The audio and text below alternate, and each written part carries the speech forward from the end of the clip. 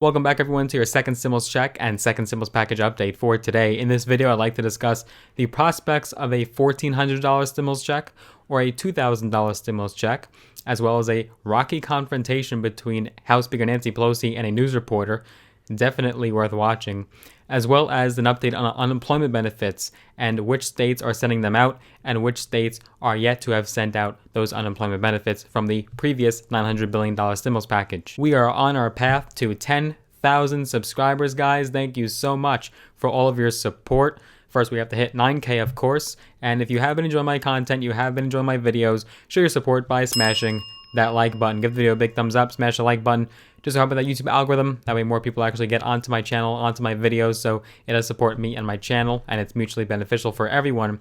And that way you want to contribute to the 10,000, the big 10,000, hit that big red button, the subscribe button. That will make you a subscriber, but more importantly, hit that notification bell as well. That will notify you every single solitary time I do post a brand new video. So let's start with this fiery Nancy Pelosi interview. The House Speaker sat down with Leslie Stahl of 60 Minutes, and they sparred over the stalled coronavirus relief and admitted that the Democrats held up aid for 8 months, in part because, quote, there was no respect for our heroes. Stahl accused Nancy Pelosi as someone that's not, quote, known as a person who compromises after Republicans called her slow-walking, despicable, and then she had replied saying, no, I'll compromise. We want to get the job done. I'm mischaracterized by Republicans that way, but that's a tactic that they use.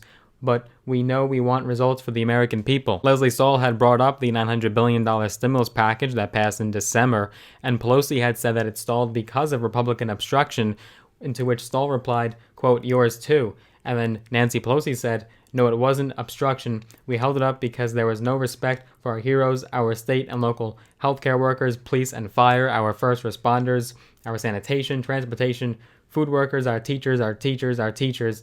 They would not go down that path. Pelosi continued to stand her ground, defend her position, and why she didn't agree to the Republicans' compromises. And on the topic of the $900 billion stimulus bill, let's talk about those unemployment benefits and clear up some confusion and hopefully answer your questions. So the $900 billion stimulus package included an additional extension of 11 weeks of jobless benefits and a $300 increase in weekly benefits on top of what your state is paying. So depending on the computer systems and the logistics of these unemployment benefits, which states have received their unemployment benefits and which states are still yet to receive them. Well, if you live in Arizona, California, New York, Rhode Island, or Tennessee, you'll likely have already received your stimulus benefits in the last week or two on top of your state benefits.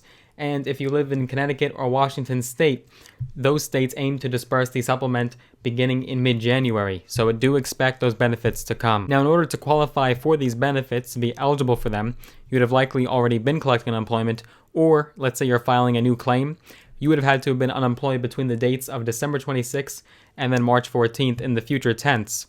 And that's how you can be eligible and qualify for them. Now, unfortunately, if you don't live in one of the aforementioned states that I just listed off, you're most likely not going to be receiving your benefits for quite some time. In fact, most other states have not yet offered concrete payment timelines as they are working to implement new unemployment rules in the relief law.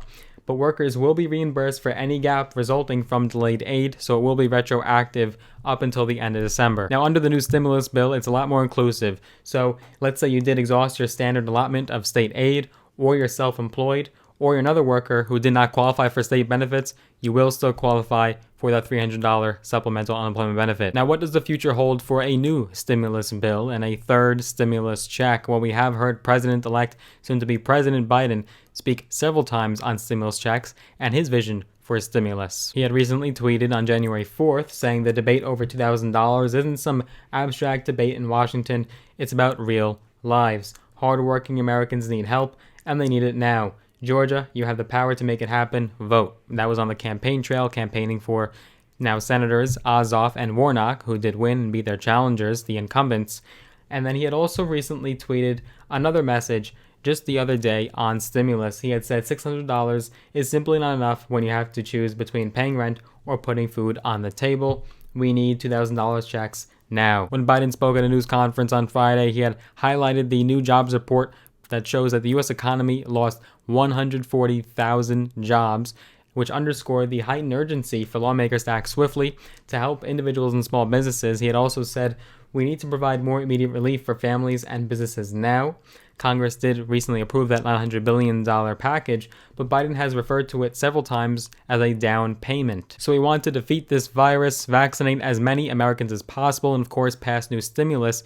But now, with just about a week left in office, what about this new push from Congress to impeach Trump for a second time? Trump will be the only president in history to be impeached twice.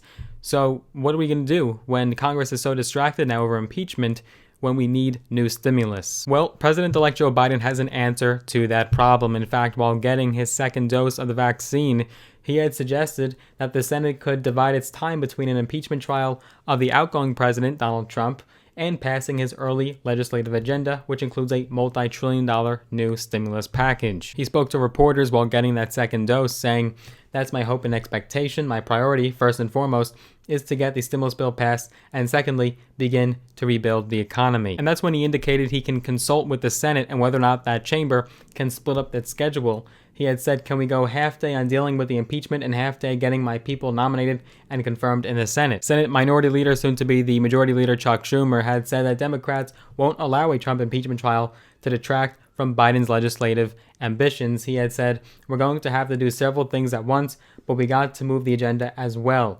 Yes, we've got to do both. Now, other congressional Democrats have suggested something a little bit different. Their suggestion is that they deal with impeachment after Biden's first 100 days. So hopefully by that time he would have passed a new stimulus bill, and maybe the virus could be defeated by then, and then we could pursue impeachment of his predecessor, Trump. But that conflicts with the current Democratic agenda and Nancy Pelosi's move to remove Trump from the highest office in the land because he will further destruct the country and he's unhinged and unstable, unfit to be president. Because if it was so urgent, why wait 100 days into Biden's presidency? But impeaching Trump would do several things that would favor the Democrats. Number one, it is a political move, of course. They would be able to say, "We finally got you, we finally convicted you, and you are charged with a crime." But most importantly, would actually disable him from running again in 2024. So Trump would never be able to be president ever again if the Democrats do impeach him. It would also disallow him of his $1 million spending on travel. He would also lose his lifetime Secret Service, and he would also lose his $200,000 a year pension that he would receive because he's an outgoing president. I did this poll in the last video. I had said, do you think it is in the best interest of this country to impeach Trump, even if it goes through into Biden's presidency?